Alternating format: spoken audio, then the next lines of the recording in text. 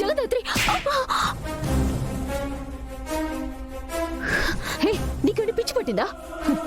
నాన్న కింద పడిపోవడానికి నాకు ఎటువంటి సంబంధం లేదు. ఉందని నేను చెప్పలేదే.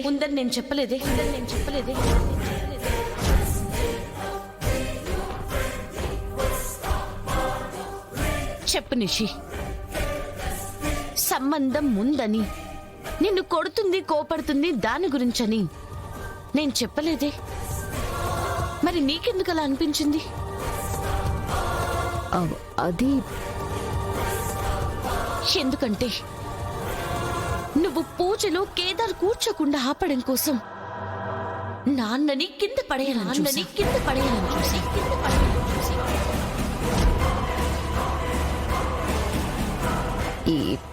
ఏం మాట్లాడుతున్నావే? తప్పుగా మాట్లాడుతున్నావు జగదాత్రి. నిషిని ఇరికించాలని కావాలనే ఇలా మాట్లాడుతున్నావు.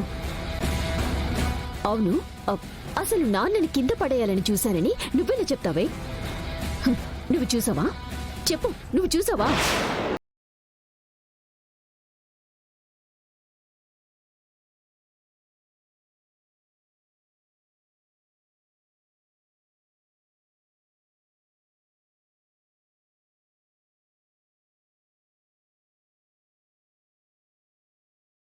కాళ్ళడ్డు పెట్టి కింద పడేయనని నేను చూసా. నడుస్తూ వస్తున్నా సడన్ గా కాలికేదో తగిలినట్టు అనిపించింది. కింద పడబోయా.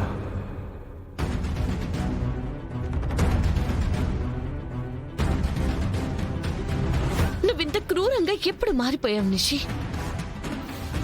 నువ్వైతే నాకు తెలిసిన నిషివి కాదు. నాకు తెలిసిన నిషికి కోపం ఎక్కువ, చిరాకెక్కువే. కానీ మనుషుల ప్రాణాలతో అయితే ఆడుకోదు.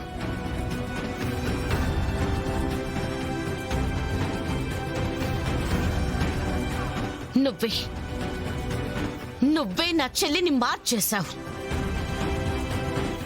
నువ్వే నా చెల్లిని చంపేసి ఒక క్రిమినల్ని తయారు చేశావు. చూడు జగదాత్రి, నువ్వేదో తప్పుగా అర్థం చేసుకుంటున్నావు. నేను చూసినప్పటి నుంచి అది తప్పవ్వాలనే నేను తపన పడుతున్నాను యువరాజ్. నా చెల్లెలు నా మీద పగ సాధించడానికి మా నాన్నని చంపాలనుకోలేదని అనుకోవాలనుంది. కానీ నిజం నిషిక రూపంలో నా కళ్ళ ముందుంటే నమ్మకుండా ఎలా ఉంటాను?